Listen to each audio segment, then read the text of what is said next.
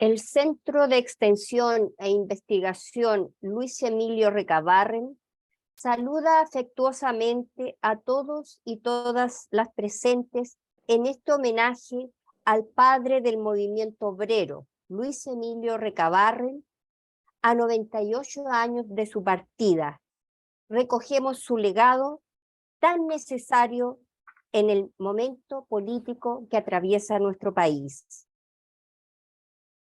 Para comenzar nuestra actividad va a ser su presentación el historiador y director del Seiler, el compañero Iván Liubitis, que en esta oportunidad va a ser apoyado por una situación de salud por nuestra compañera Carlota Espino. Compañero, queda el micrófono abierto para usted y para la compañera Carlota. Muchas gracias, compañera. Es viernes 19 de diciembre de 1924. Todo transcurre en forma normal en la casa ubicada en el número 195 de la calle Santa Filomena, esquina Loreto, en el barrio Recoleta de Santiago. Según es su costumbre, Luis Emilio Recabarren se levanta temprano. Vestido con pantalones, zapatos y camiseta, está en su pieza de trabajo, sentado ante su escritorio.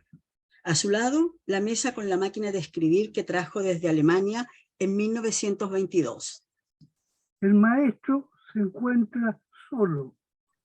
Momentos antes han abandonado la pieza Teresa Flores y su hermana Ana, dirigiéndose hacia el interior de la casa. Son alrededor de las 7, cuando el estampido de disparo rompe el silencio matinal. Teresa, Ana, López y Montesinos, únicos habitantes de la casa, corren a la habitación en donde se han escuchado los balazos. Encuentran a Recabarren muerto, tendido en el piso, cerca de su escritorio, con un arma entre las manos. Es la pistola Mauser que compró en Alemania en 1922. La sangre enrojece el suelo alrededor de la cabeza blanca de canas del maestro. Han transcurrido 98 años de tan trágico episodio, casi un siglo, y sin embargo somos muchos los que rendimos homenaje a ese obrero tipógrafo que se quitó la vida un día como hoy en Recoleta. No lo hacemos para llorar su muerte, sino para honrar su vida, su heroica existencia de revolucionario. Lo hacemos recordando y honrando sus obras que sembraron y regaron la roja semilla en una tierra no siempre fértil y generosa. Todos los tiempos han sido difíciles para los combatientes por el mañana, pero la vida de Recabarren está plena de lecciones que quienes nos sentimos sus herederos no podemos olvidar. En los complejos momentos que vive nuestro país, se necesita la presencia de Recabarren y que actuemos teniendo en cuenta sus enseñanzas.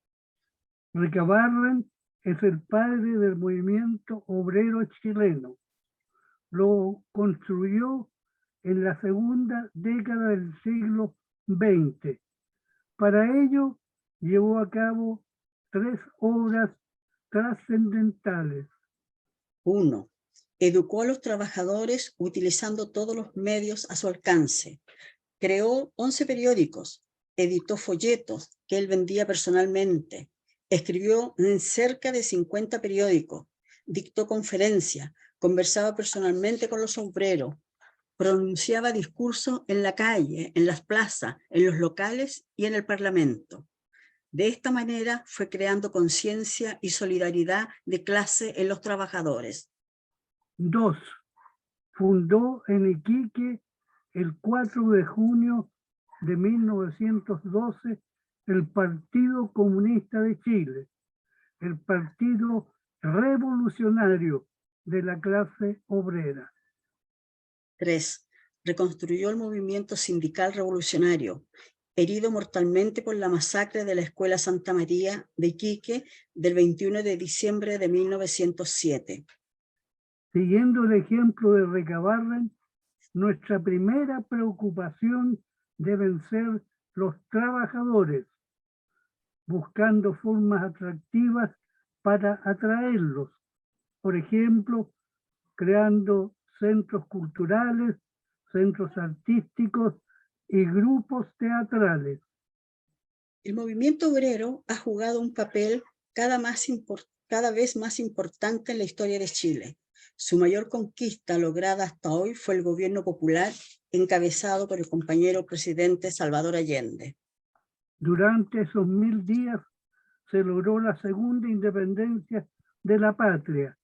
Se hicieron cambios revolucionarios que mejoraron la vida de los trabajadores y del pueblo en general. Precisamente contra el movimiento obrero se dio el golpe fascista del 11 de septiembre de 1973 y se implantó la cruel dictadura de Pinochet. El objetivo era cambiar Chile en todos sus aspectos y con el terrorismo de Estado lo consiguieron. Hoy el movimiento obrero chileno aún no se recupera de las profundas heridas que le causó el fascismo. Por eso, la tarea de hoy es continuar la senda marcada por Luis Emilio Recabarren. Contribuir a recuperar la conciencia y solidaridad de clases de los trabajadores, construir un poderoso movimiento sindical y fortalecer el Partido Revolucionario de la clase obrera. Porque mientras no exista un potente movimiento obrero, no será posible alcanzar un Chile realmente democrático. Recabarren dio gran impulso a la educación de masas. En 1912, por ejemplo, se llevó adelante una importante labor de educación política en Tarapacá. En un informe a la Segunda Internacional, Recabarren señalaba lo siguiente: las conferencias efectuadas pasan de 60 en 1912 con unos 20 oradores.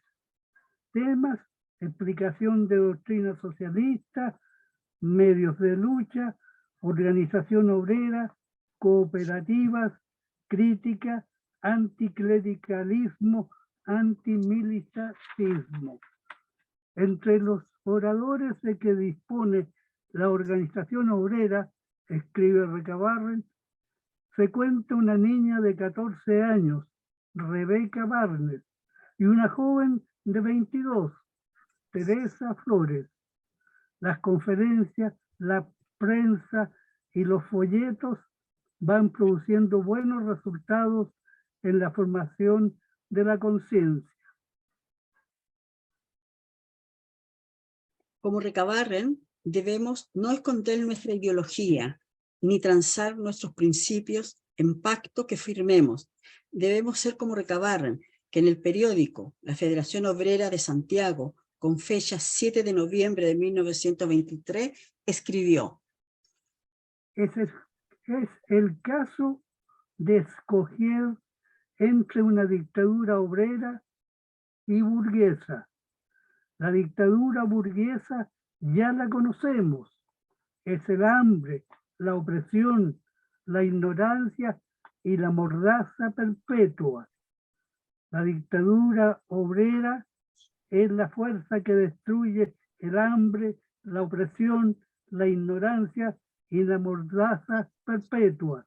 Es decir, hablando más claro, la dictadura obrera es la que destruye la dictadura burguesa que tantos siglos hemos sufrido. La dictadura burguesa favorece toda clase de explotación y de vicios que envilecen. La dictadura obrera destruye la explotación y la fuente de todos los vicios. Prefiero, pues, la dictadura obrera. Ante el creciente y feroz anticomunismo, debemos salirle al paso, porque este no es un peligro solo para el Partido Comunista, sino contra todo el pueblo. Ello lo vivimos en carne propia los chilenos, cuando durante la dictadura fascista, Pinochet, utilizando la bandera pirata del anticomunismo, llevó a cabo un brutal genocidio contra el pueblo de nuestra patria. Como Recabarren, es necesario no achicarnos ante el enemigo. Recordemos lo ocurrido en la sesión del 8 de mayo de 1924 en la Cámara. Los dos diputados comunistas, Luis Emilio Recabarren y Luis Víctor Cruz, interpelaron al gobierno de Arturo Alessandri porque el 28 de marzo había clausurado la única escuela que funcionaba en el centro minero, el Taldo, creada y financiada por los trabajadores, so pretexto que los alumnos allí cantaban la Internacional. Recabarren manifestó: si de 500 obreros de la mina, 400 son comunistas, es lógico que sus hijos entonen la canción más popular del mundo, cuyo nombre temen los señores diputados burgueses en Chile. Además, es una bella canción. Uno de los parlamentarios de derecha quiso dársela de gracioso y ridiculizar a Recabarren. ¿Por qué no la canta, honorable colega? Entonces, en medio de un silencio pleno de admiración y de sorpresa, Recabarren, con desafiante aplomo, hizo escuchar a todos los diputados presentes: arriba los pobres del mundo, de pie los esclavos sin pan. Así era el obrero tipógrafo nacido en Valparaíso el 6 de julio de 1876. Así debemos ser sus herederos. Qué hermoso ejemplo para los parlamentarios recabarrenistas, cuyo deber es actuar, votar, teniendo en cuenta los intereses de la clase trabajadora y no sus ideas particulares. Ser leales a Recabarren, a su pensamiento, lecciones y obras, es el mejor homenaje que podemos rendirle en el 98 aniversario de su ingreso a la inmortalidad. Honor y gloria eterna a Luis Emilio Recabarren, padre del movimiento obrero chileno. Gracias. Gracias. Honor y gloria.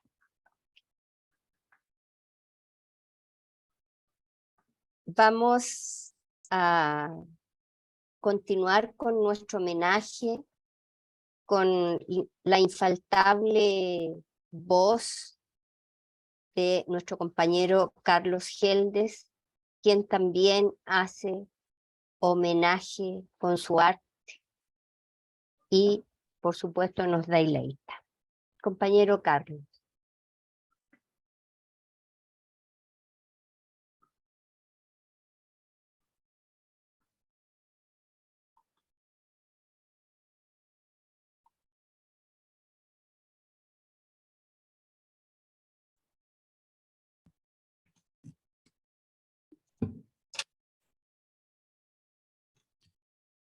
Buenas tardes a todos, compañeros. Es un honor de nuevo y muy grato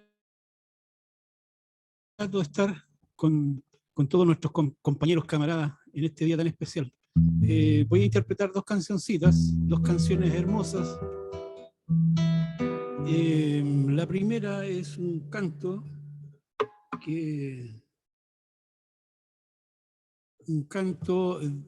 de Francisco Pessoa, y durante mucho tiempo fue el principal himno del movimiento obrero y fue el canto a la Pampa, en homenaje a los obreros masacrados en la Escuela Santa María de Iquique.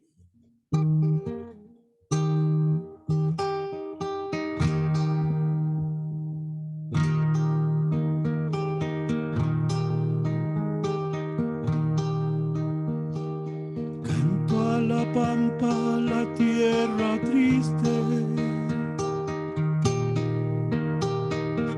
reproba tierra de maldición,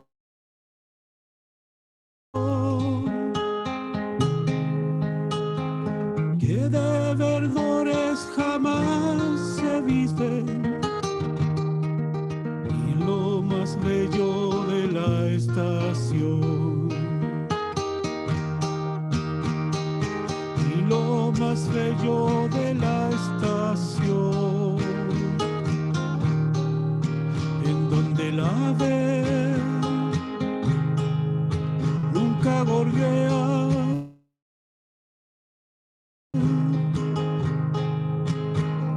en donde nunca la flor creció, ni del arroyo que serpentea, su cristalino bullir se oyó, su cristalino bullir se oyó,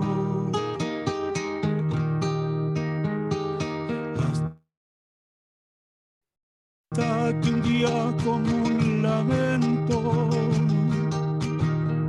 de lo más hondo del corazón, por las callejas del campamento, vibró un acento de rebelión, vibró un acento de rebelión.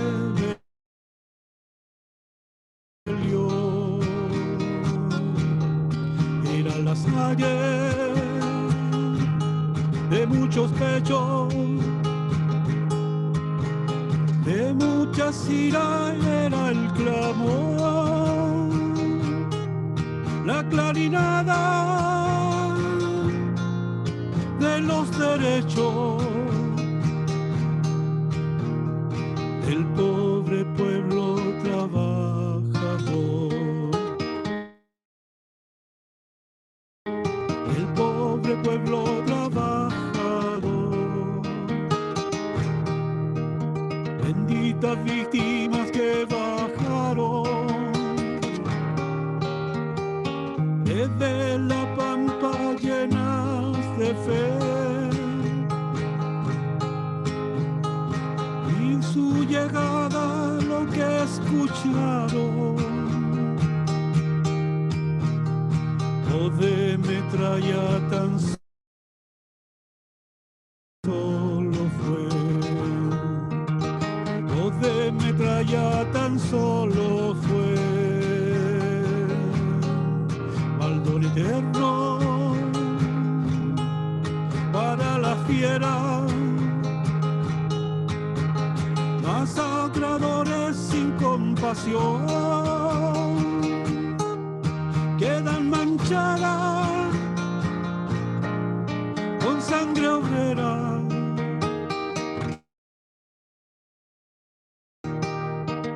como un estigma de maldición, como un estigma de maldición.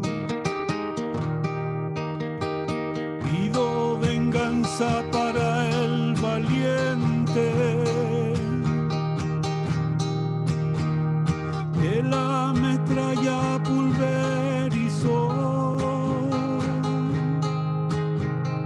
Pido venganza para el doliente, huérfano y triste que allí quedó, huérfano y triste que allí quedó. Pido venganza por la que vino de los obreros al pecho abrir. Pido venganza para el pampino que allá en Iquique supo morir, que allá en Iquique supo morir.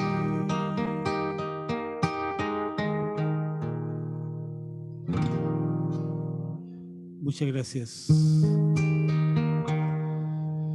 Bueno, siguiendo la lógica del compañero luchador y de la clase trabajadora, voy a cantar una cancioncita le llamo cancioncita porque esta es una canción hermosa que escribió León Gieco.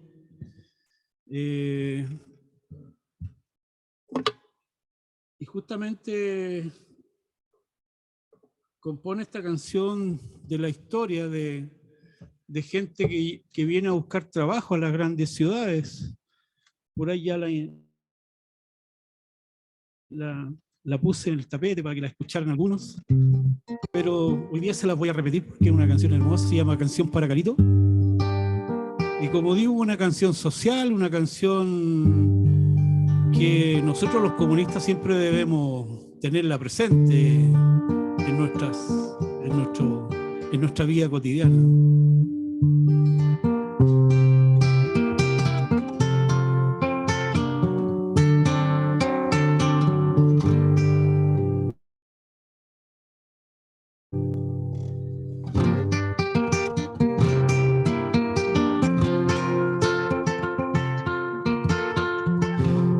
Sentado solo en un banco en la ciudad,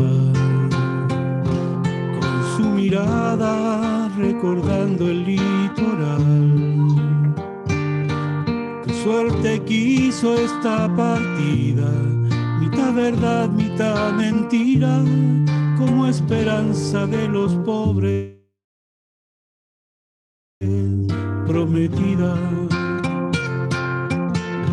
Andando solo bajo la llovizna gris, fingiendo duro que tu vida fue de aquí. Porque cambiaste un mar de gente donde gobierna la flor. Mira que el río nunca te regaló el color. Carito, suelta tu pena, se haga diamante tu lágrima entre mi cuerda.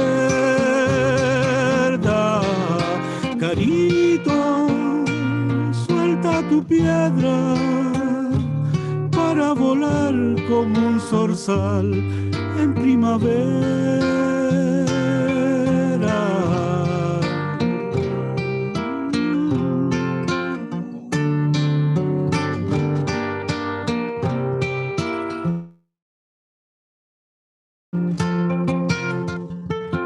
En Buenos Aires los zapatos son modernos, pero no lucen con la plaza de un pueblo.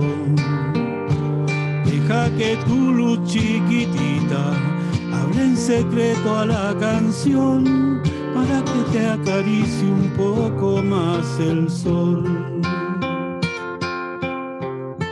Cualquier semilla cuando es planta quiere ver la misma estrella de aquel atardecer, y la salvó del pico agudo, refugiándola al oscuro de la gaviota arrasadora de los surcos. Carito, yo soy tu amigo, me ofrezco árbol para tu nido. Carito, suelta tu canto, que el abanico de mi acordeón lo está esperando. La, la, la, la, la, la, la, la, la, la, la, la, la, la, la.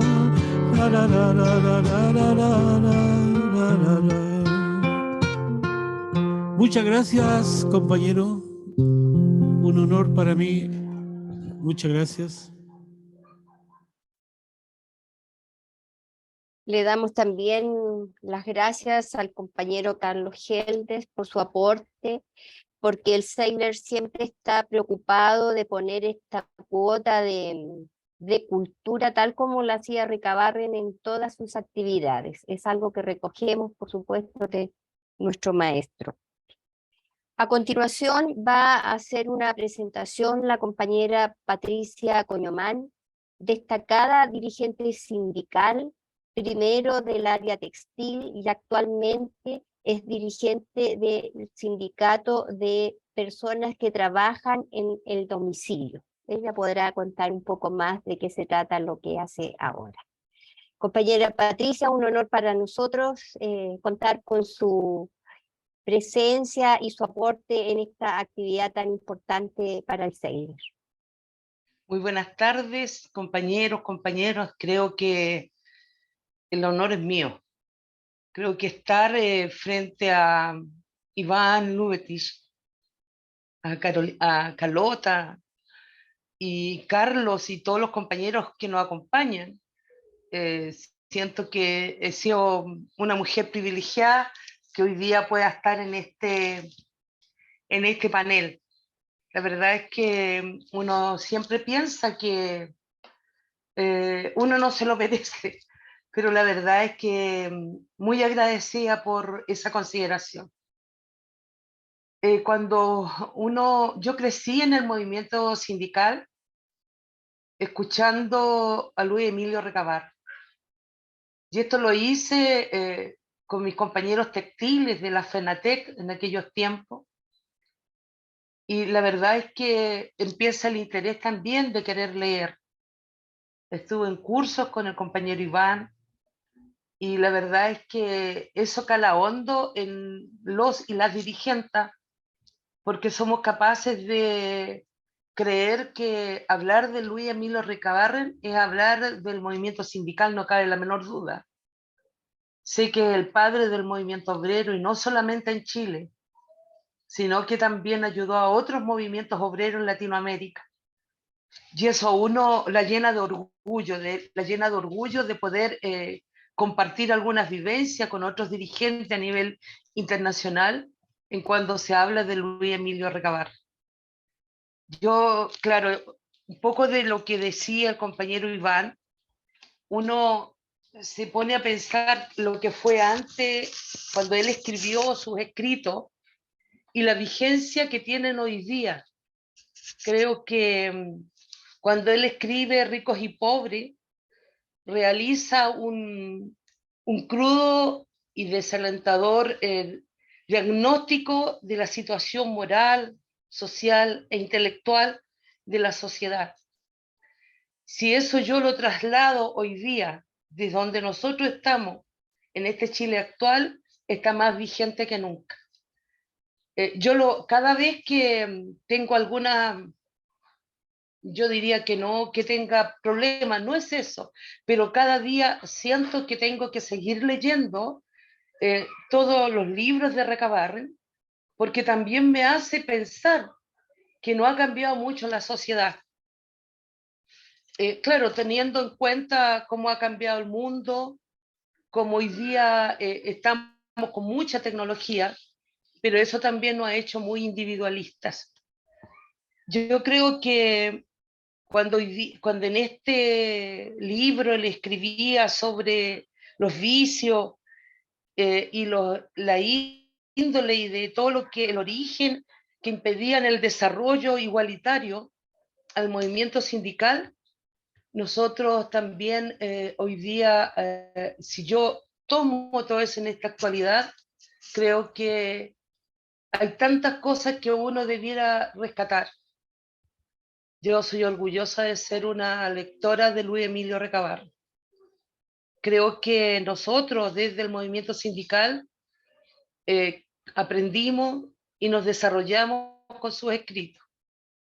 Cuando hoy día yo en la actualidad veo estos guetos que hay en las construcciones chilenas, en Santiago, y la verdad es que no pude dejar de leer el conventillo. Y la verdad que eso se ha ido trasladando hacia arriba, cuando antes estaban en las casas, cómo se comparten las mismas penurias, cómo se comparte hoy día en las mismas necesidades de pobreza, de falta de trabajo, de la tremenda discriminación que hay en este país, no solamente con los extranjeros, sino que con los propios ciudadanos de este país.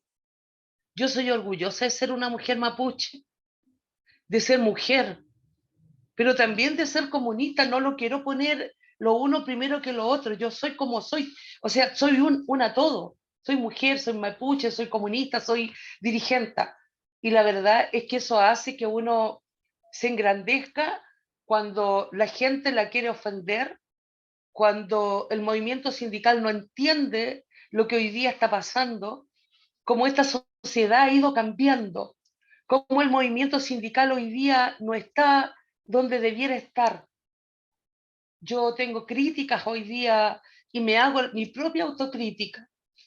Creo que esa fortuna me llevó a conocer todo lo que pasó en la dictadura, y muchos jóvenes creen que eso ya pasó y hay que olvidarlo, borrón y cuenta nueva. Pero como decía el compañero Iván, yo creo que los pueblos que quieren borrar su memoria no tienen ningún futuro, ni ningún... que ese pasado tiene que estar siempre latente, porque yo no voy a seguir permitiendo que se ignoren los dirigentes sindicales detenidos y desaparecidos de este país, que eran mis compañeros y mis compañeras. Entonces lo siento mío.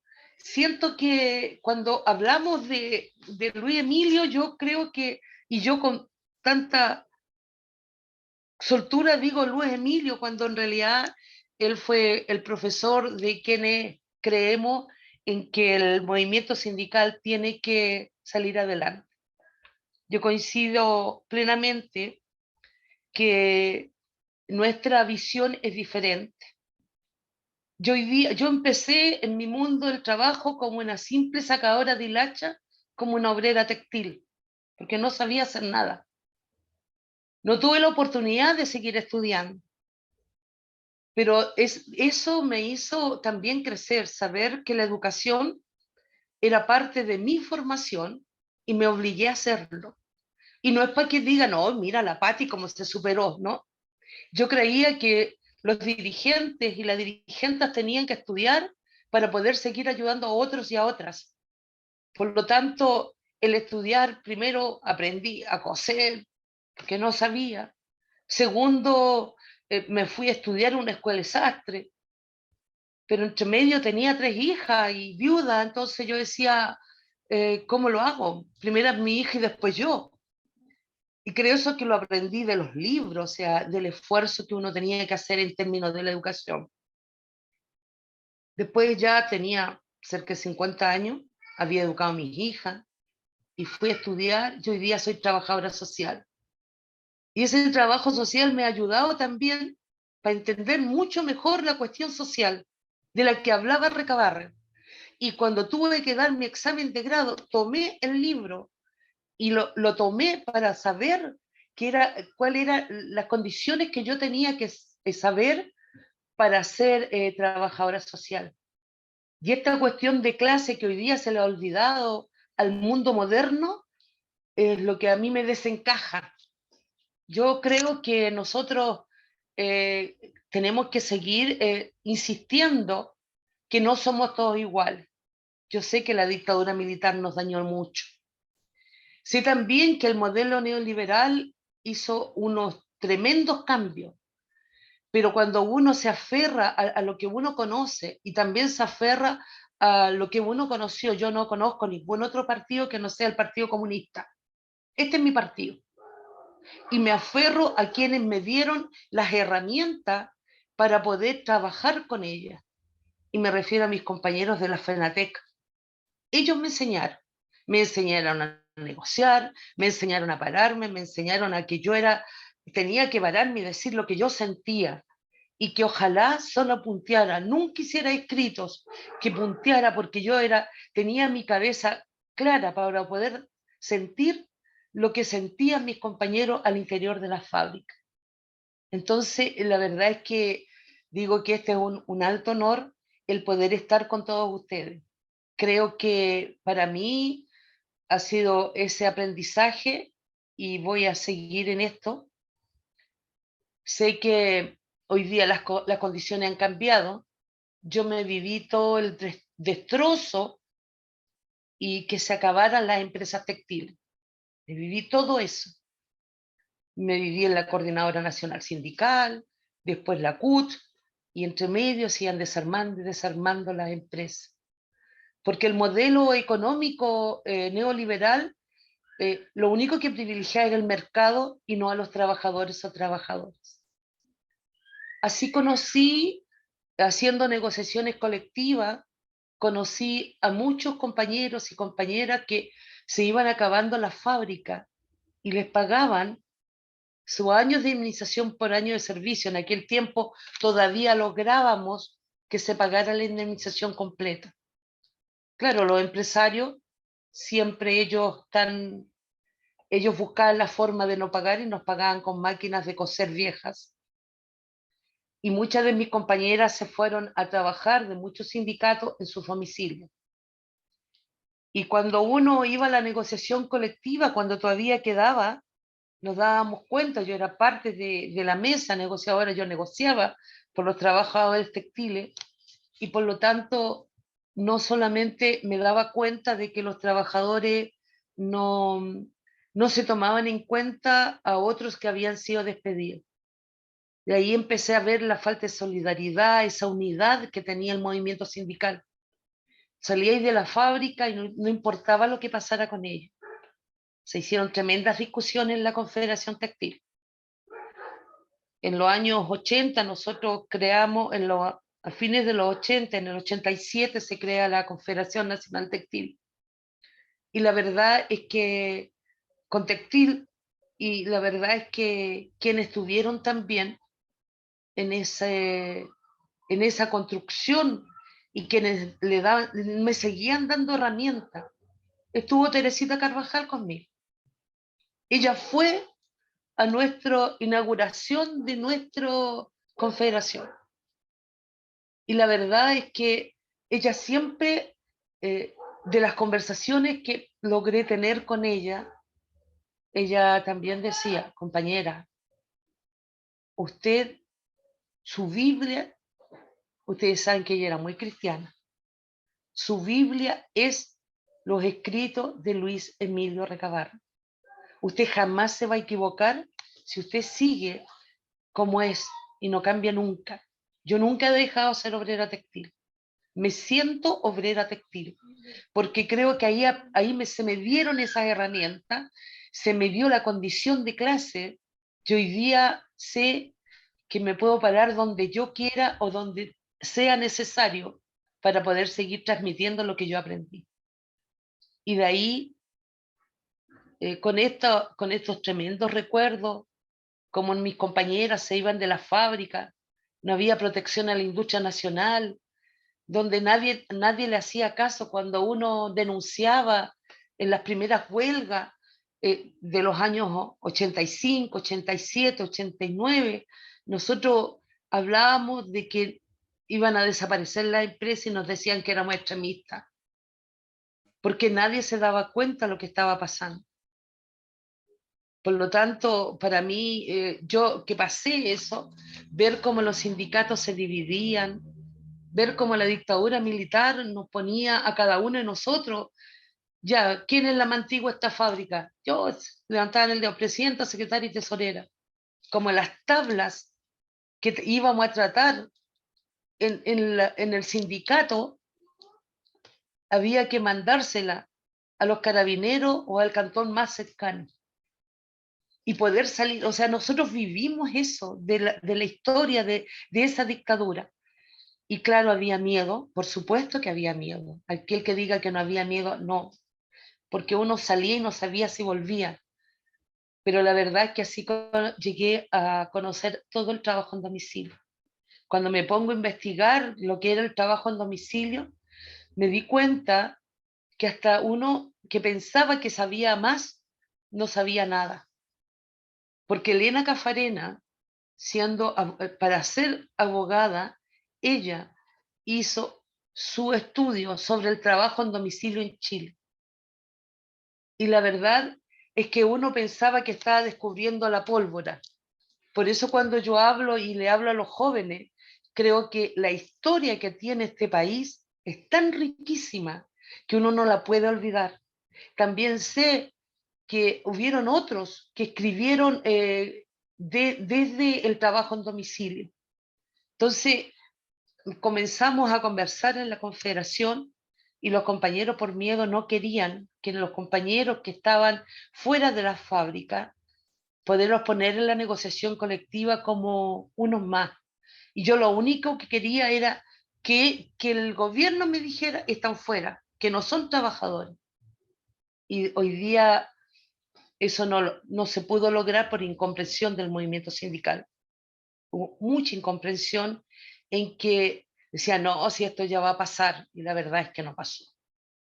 Y hoy día tenemos cientos de miles de trabajadores trabajando en su hogar, algunos con contrato, los más modernos, pero los otros trabajan en una terrible invisibilidad. Con el 2200 de Piñera, todo el trabajo en domicilio quedó al margen. Entonces nosotros no tenemos contrato, no tenemos seguridad social, somos las invisibles de las invisibles. Y aquellas mujeres que eran textiles, se agrava hoy día en la actualidad con lo que fue el estallido social, después con la pandemia. La verdad que hoy día nos encontramos con 2, casi 3 años de inactividad, en que estamos retomando todo lo que esto de retomar la historia, las raíces de lo que nosotros somos. Y la verdad que yo creo que hemos dado paso. En Chile existen sindicatos de trabajo en domicilio a nivel nacional. Nosotros discutimos con la Dirección del Trabajo para ser reconocidos como mujeres trabajadoras especialmente.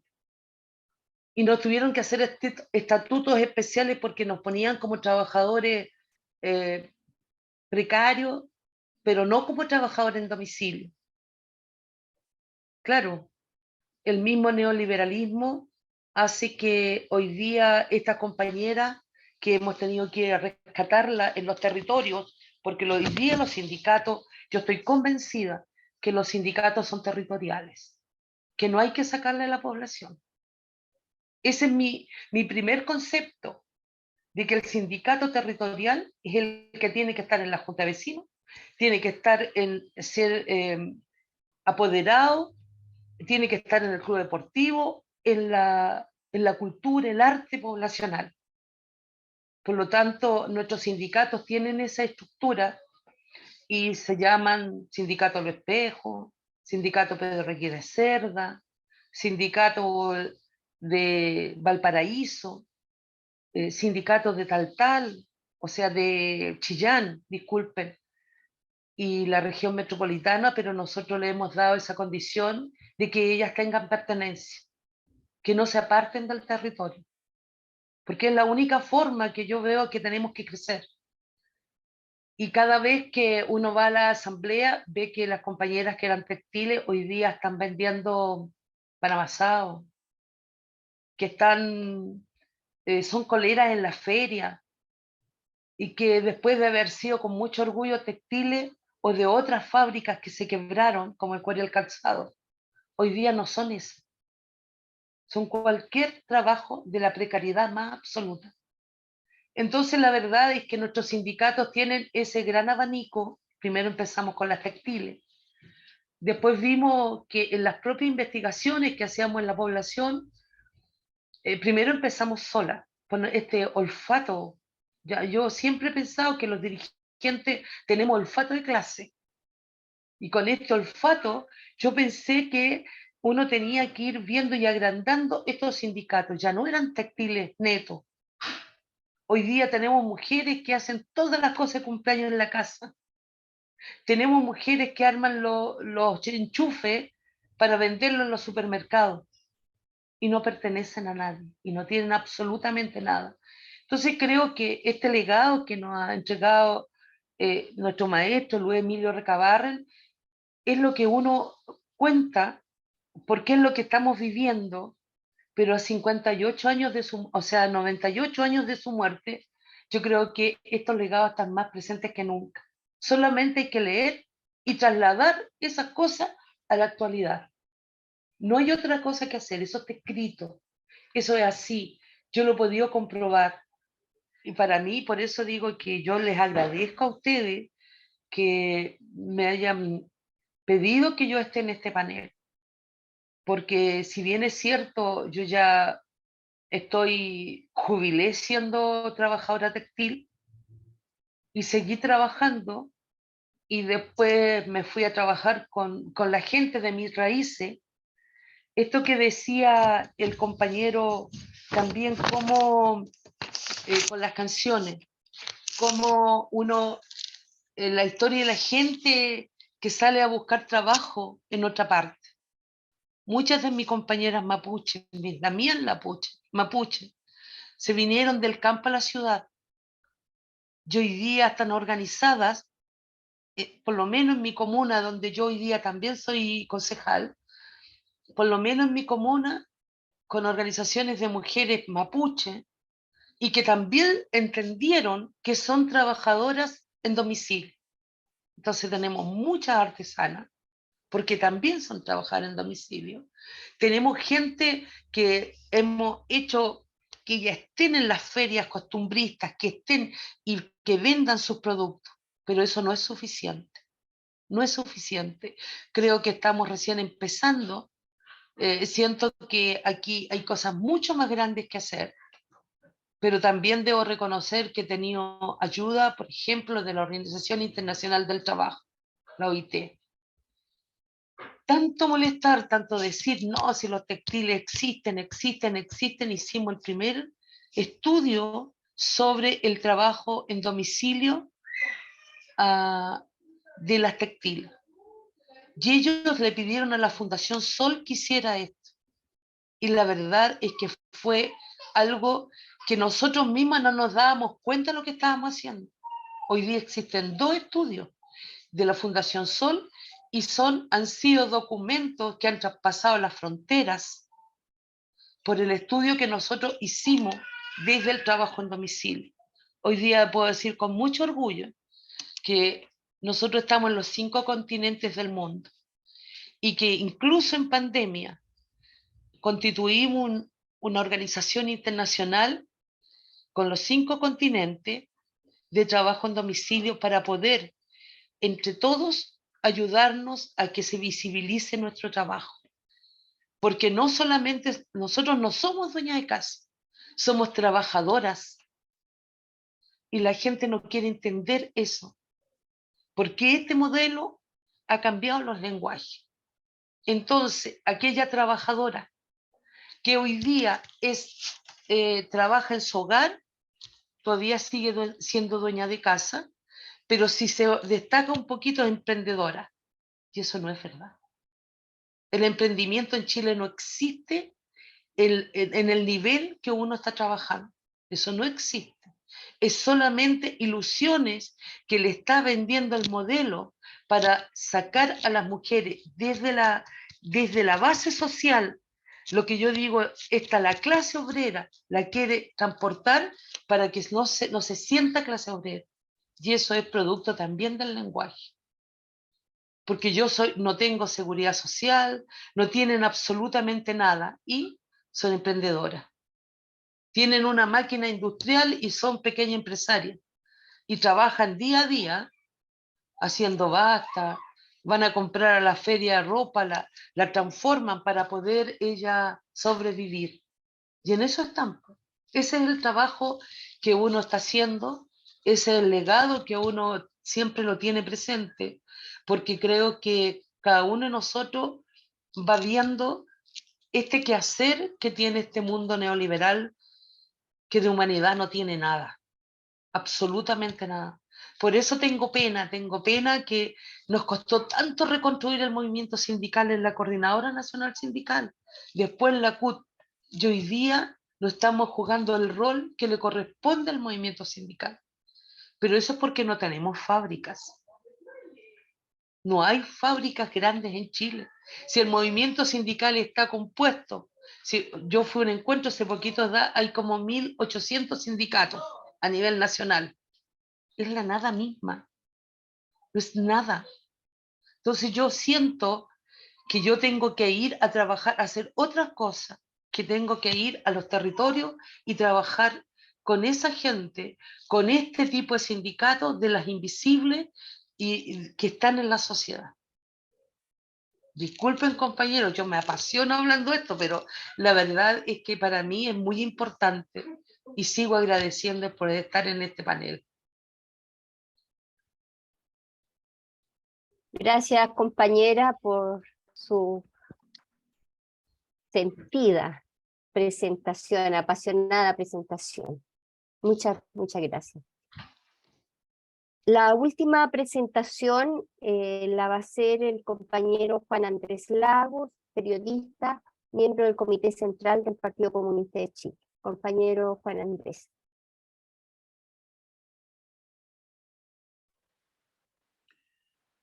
Buenas noches, compañeras, compañeros. En primer lugar, quiero agradecer muy profundamente la invitación a participar en este panel y poder conectarme, aunque sea por esta vía, con compañeras y compañeros que hace mucho que no veía, incluso, que no escuchaba. Producto de todas estas cosas de la pandemia, en fin, que hemos vivido todas y todos. Así que es un momento muy cálido y agradezco esta oportunidad. Y saludo y felicito sinceramente también este tipo de iniciativas que creo que necesitamos multiplicar mucho. Nosotros tenemos que combatir esta idea que se nos mete por todos lados de que el presente referencial, el futuro prácticamente se desvincula de la historia, como si la historia fuera una cosa anquilosada, que es un rasgo del pensamiento neoliberal posmoderno muy fuertemente afincado en Chile por la clase dominante, por la hegemonía imperialista de los 90 en adelante. Yo ni siquiera hablo de la dictadura, sino que de los 90 en adelante. Que incluso instaló hasta el desprecio por la historia. Y con sentido de clase lo hicieron. Lo hicieron en un sentido que no tuviera ese componente. Ayer nomás en el cementerio general también tuve la tremenda posibilidad de estar ahí en un acto en que se hizo, donde se trasladaron los restos del compañero Recabarren y el compañero Cruz. Se está instalando un lugar más destacado para ellos, y se trata de un esfuerzo muy importante que se está haciendo ahí. Bueno, en ese acto el compañero Daniel Jadwe tomó mucha fuerza, tomó con mucha fuerza el legado de Recabarren en la construcción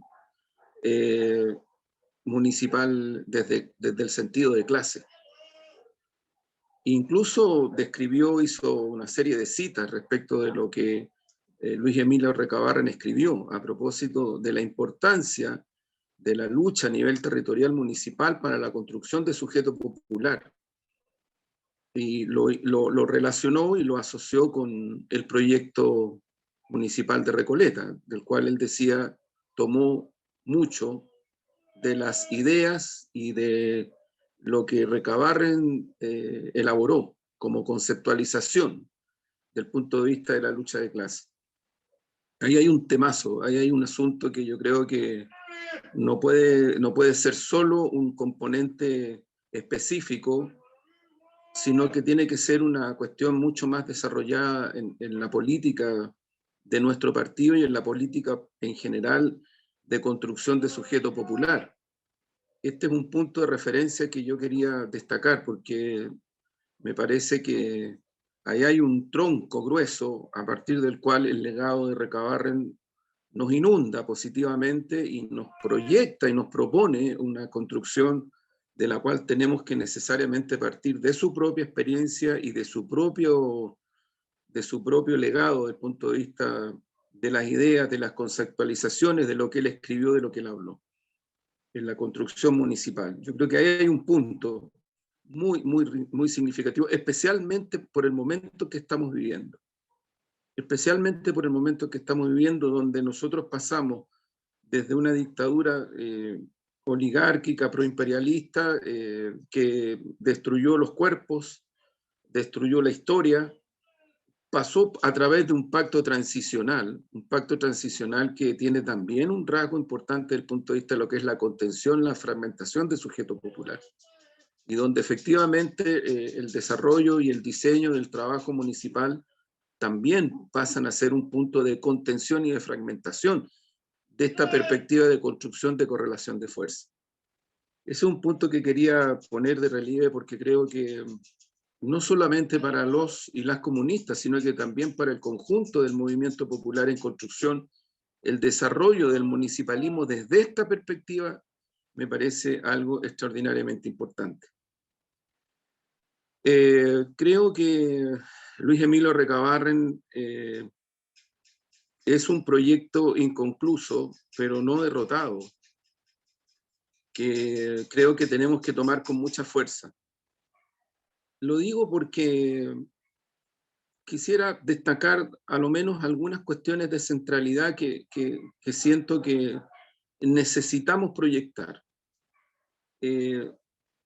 Una, si uno mira lo que Luis Emilio Recabarren hizo y quienes estuvieron ahí en la primera línea con él, con un acervo de adelanto revolucionario, ético, pero también estético muy grande, Recabarren pone entre sus centralidades de esfuerzo individual y también colectivo la construcción de periódicos populares. Y para construir periódicos populares, construye las bases de lo que eran imprentas populares. Para poder darle la dimensión y la importancia que tiene eso, habría que hacer una reconstrucción histórica muy grande, porque la imprenta en ese momento era la tecnología de más avanzada que existía en el mundo. O sea, nos tendríamos que un poco comparativamente imaginar del punto de vista de cómo nos apropiamos o cómo desarrollamos o cómo implementamos tecnología hoy día en desarrollo, en plena construcción. Y creo que Recabarren hace este aporte histórico fundamental, donde la construcción de periódicos populares, que tienen que ver, como lo ha dicho muy bien el compañero Iván y Carlota, tiene que ver con una vocación que cruzó su vida. La construcción de periódicos populares. Periódicos populares a través de los cuales se enseñaba a leer, a partir de los cuales se construía cultura identitaria popular, cultura de clase, a partir de los cuales se interpelaba a la clase dominante, pero también a la emergente clase obrera, del punto de vista de cuestiones que, si uno lee, particularmente los escritos de Luis Emilio Recabarren, son verdaderas provocaciones a la construcción de conciencia. Los periódicos se transforman, por tanto, en cuestiones fundamentales de la agitación de la propaganda, pero la construcción identitaria y cultural de la clase obrera y del pueblo emergente, de ese sujeto popular. Y Recabarren despliega sus esfuerzos en la perspectiva de lo que significan las imprentas y los periódicos. Y las imprentas y los periódicos están indisolublemente atados a los sindicatos. O sea, Recabarren crea también esta simultaneidad entre los esfuerzos de periódicos, de imprentas, sindicatos. Y hace, por tanto, una tríada que a mí me parece que tiene más que vigencia. Yo creo que necesitamos proyectar esa tríada desde el punto de vista de lo que significa la construcción de una cultura popular identitaria como la que él desplegó. Ese es un punto para mí muy importante en lo que es el legado y la proyección de futuro. Porque claro, si uno se pone a pensar en el presente referencial y hacia el futuro, tendríamos que ponernos en la ubicación exacta de lo que significan las actuales tecnologías, lo decía Patricia, la organización obrera, la organización popular, la tecnología, la organización obrera y popular y los instrumentos y medios que eventualmente permiten enfrentar, por un lado, confrontar, por un lado, ese sistema de dominación que en Chile ha tenido también un rasgo muy fuerte desde el punto de vista de lo que es el dominio de clase a partir de imponer una cultura, imponer una hegemonía mediática, imponer contenidos, imponer valores. Es un punto de referencia para mi gusto, insisto, no solamente vigente, sino que creo que nos desafía y nos interpela.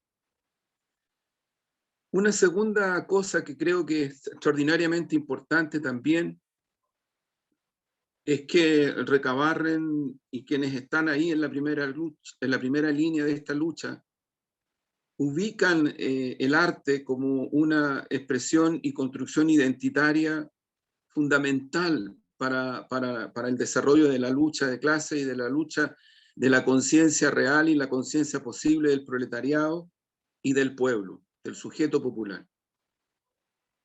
Uno no se puede explicar lo que viene décadas después respecto del desarrollo del arte y de la cultura popular, donde la presencia de las fuerzas de izquierda, del propio Partido Comunista en particular, están incidiendo en el diseño de las artes, en la música, no solamente aquella música que tan hermosamente y estéticamente creó y desarrolló Víctor Jara, Violeta Parra, en fin, también de la música clásica.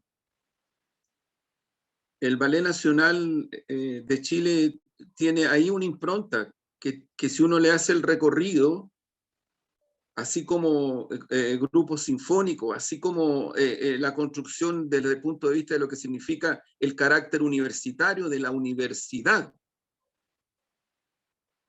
como construcción de conocimiento afincado en un proyecto de emancipación popular, no afincado en un proyecto de dominación, sino que de emancipación popular. Necesariamente uno tiene que ir a Recabarren, porque ahí hay un legado muy grande. El propio Luis Emilio Recabarren cultivó, él cultivó el arte, el teatro en particular. Y creo que era muy importante, yo creo que el esfuerzo de ponerse en la situación que él vivió y quienes estuvieron en ese primer esfuerzo, para poder concebir y llevar adelante lo que significaba la construcción de teatro popular, en la línea identitaria de lo que significa el arte en la construcción popular. Y creo que ahí hay otra cuestión que explica por qué las ideas revolucionarias, las ideas de clase, las ideas comunistas, las ideas emancipatorias en Chile han logrado pervivir a pesar de situaciones brutales como fue el terrorismo de Estado y la dictadura, que además trae consigo también un proyecto de dominación para barrer con todo eso e instalar una cultura de dominación más estratégica, que creo que hoy día es uno de los rasgos del sistema de dominación que vivimos. Ahí hay otro elemento grandioso de mi punto de vista, pensando además en que Luis Emilio Recabarren y quienes lo acompañan son personas que desarrollan una actividad intelectual, política, revolucionaria desde su condición de obreros y obreras. Creo que ahí hay un segundo componente muy grueso del legado de Luis Emilio Recabarren y que creo que explica fundamentalmente muchas de las cuestiones que tienen que ver con la incidencia de del partido y de sectores que recogen esta construcción de movimiento popular en el arte y la cultura. Es impresionante, a mí me produce emoción cuando uno ve cómo las nuevas generaciones se buscan, tratan de escudriñar ese mundo tan oculto, porque sí, efectivamente hubo un proceso y un periodo amplio que fue lo más culminante del gobierno de la Unidad Popular. En Chile lo que se ha buscado es cegar a las nuevas generaciones de toda esta historia, negarla. Entonces, claro, uno hasta con emoción mira cómo entre las nuevas generaciones se escudriña y se va recogiendo y se va tomando con mucho esfuerzo, pero que también nosotros como partido y como fuerza popular deberíamos hacer en otra categoría y con otra intensidad. Con una intensidad que necesitamos además desplegar y desarrollar en todos los planos. Y una tercera cuestión que creo que también tenemos que considerar es la concepción de Recabarren de cuestiones que particularmente fueron y siguen siendo motivo de debate, de controversia. No son temas fáciles en la construcción de una política revolucionaria. Bueno, ya Lenin hacía un debate y otros más respecto de la presencia o no presencia y para qué la presencia de la fuerza revolucionaria en parlamentos burgueses. Yo creo que el aporte de Luis Emilio Recabarren y de quienes están en esa también primera línea es que superan la dicotomía en la construcción de una correlación de fuerza, y lo superan en la práctica, en los hechos y en los dichos.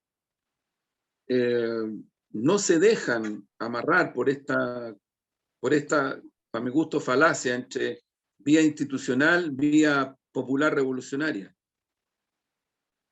sino que empujan en la dirección de lo que significa ir abriendo camino a una correlación de fuerzas popular, de clase. Y por esa razón es que yo creo que se le van encima con todo para tratar de voltearlo en el Parlamento. Por eso lo persiguen.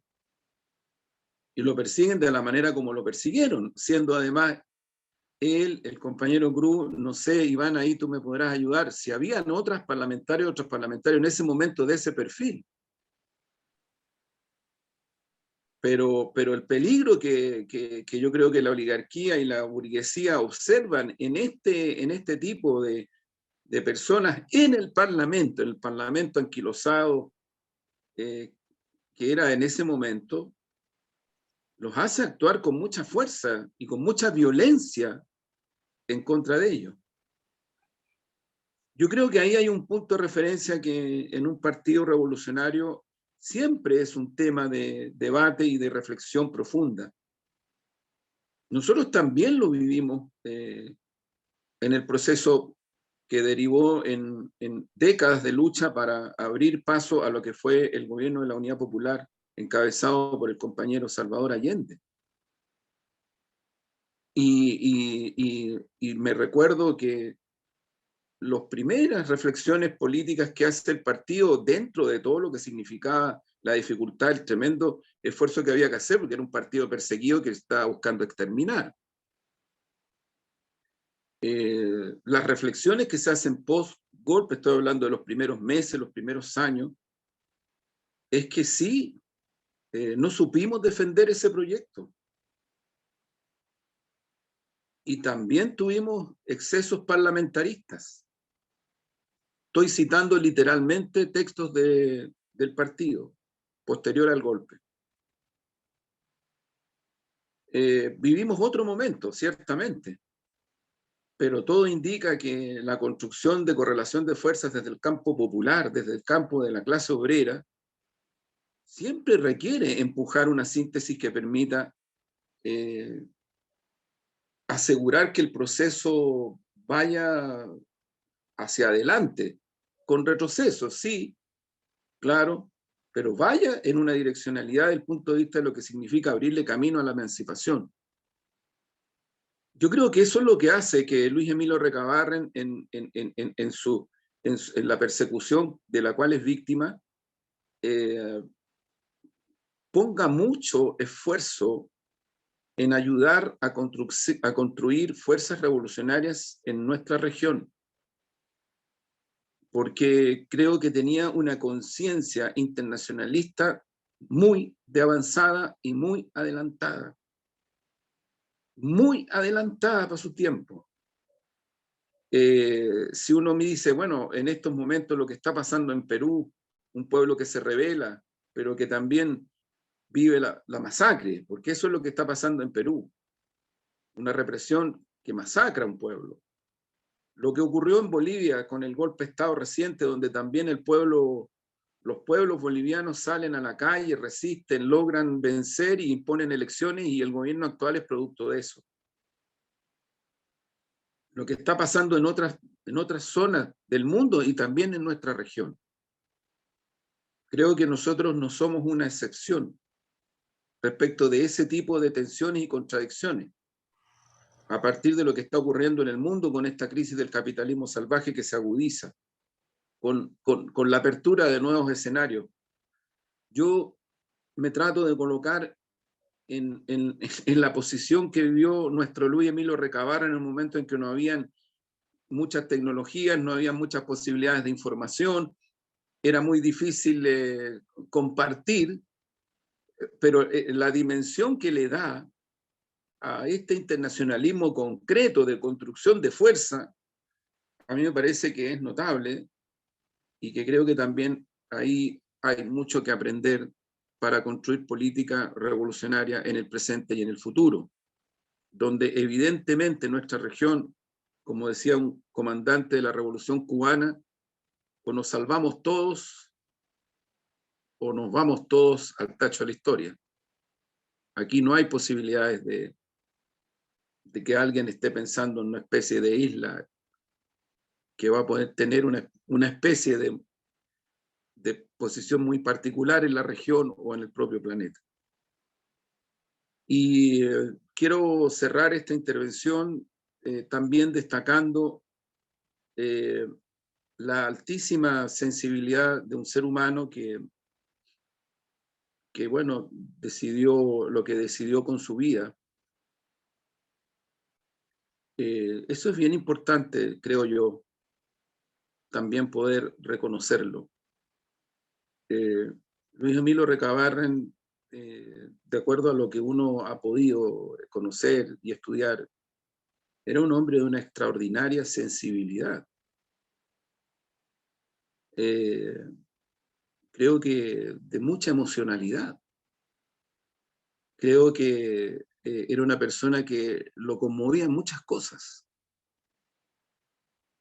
Y tengo la impresión de que producto de esas circunstancias y de angustias existenciales profundas, él también vivió momentos muy difíciles, extraordinariamente difíciles. Esa misma sensibilidad es la que la hace acoger y recoger cuando visita Chile Belén de Zárraga, y él la acompaña y le abre asambleas de sindicatos para que Belén de Zárraga hable sobre la emancipación de la mujer y el derecho a voto de la mujer. Estamos hablando de un tiempo en que este tipo de cuestiones prácticamente no se hablaban, no eran parte de algún tipo incluso de debate. Y yo vuelvo a lo mismo, me imagino esas asambleas de obreros, como deben haber sido los obreros de ese tiempo, con sus miserias y con sus corajes, y que entraba Recabarren y entraba doña Belén de Zárraga, y seguramente él la presentaba, y estoy tratando de recrear, y le hacía una introducción para que ella pudiera hablar de lo que era la emancipación de la mujer y el derecho a voto de la mujer. notable. Notable. Yo creo que nuestro Luis Emilio Recabarren, de verdad que tenemos que estudiarlo y proyectarlo, particularmente en su construcción ética, que es lo que mueve las revoluciones y los procesos de emancipación cuando son auténticos y verdaderos. ¿Por qué? Porque los pueblos saben abrirse paso y defender los procesos cuando están involucrados de esa manera, con tanta identidad y con tanta fuerza. Yo lo he dicho otras veces, creo que tenemos que pregar porque en algún momento la historia reconozca hacia el futuro al padre de la patria auténtico y verdadero que es Luis Emilio Recabarren. Muchas gracias.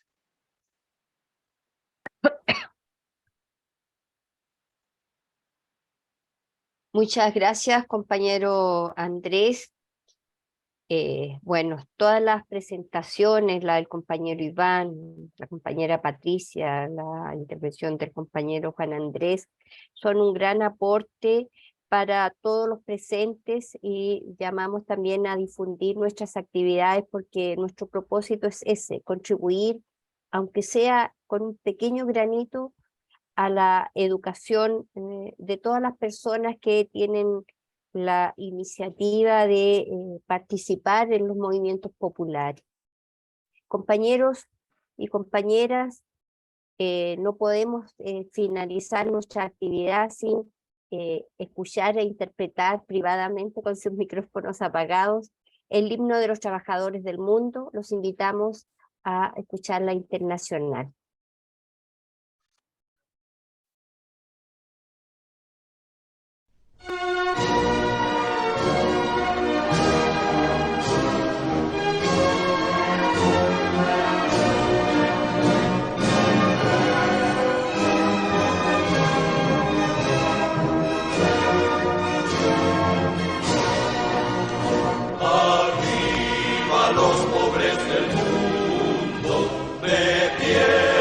Esclavos sin pan, y gritemos todos unidos, viva la Internacional, removamos todas las trabas que nos impiden nuestro bien, cambiemos el mundo de fase, hundiendo al imperio burgués.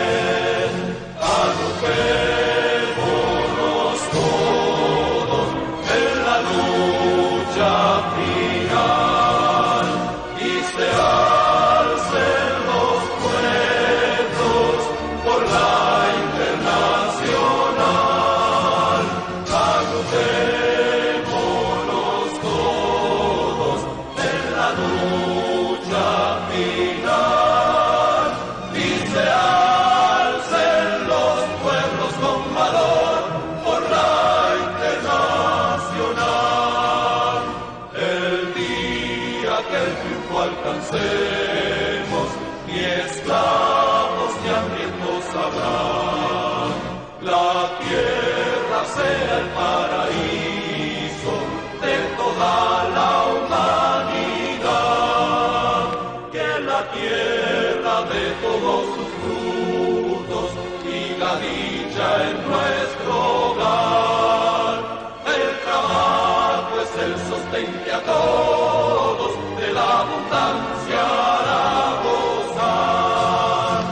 Agrupémonos todos en la luz.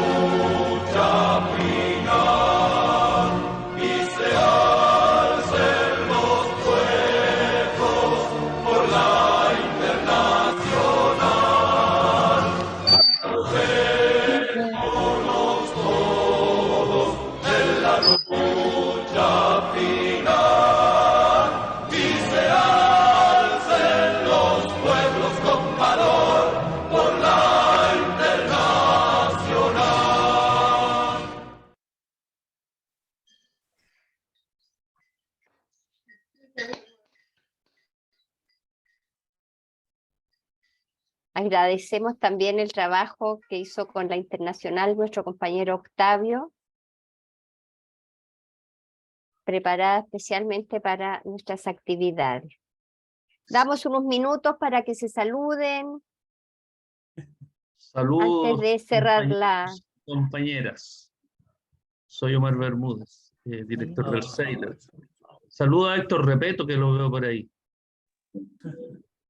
de la corporación UTEUSACH, a Juan Hernández, de la corporación UTEUSACH, a los compañeros de Maipú, Alfredo Peñalosa, Luis Romo, Fernando Arrepol y otros más.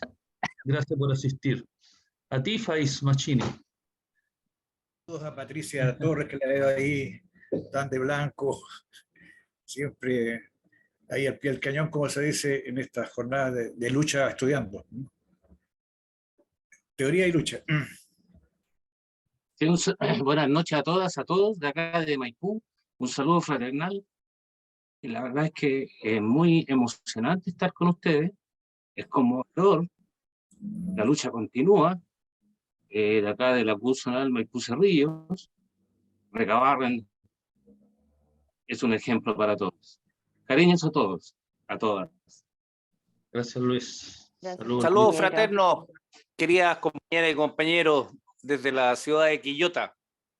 Un abrazo fraterno y siempre en la memoria de nuestro líder, Luis Emilio Recabarren. Muchas gracias, compañeras y compañeros.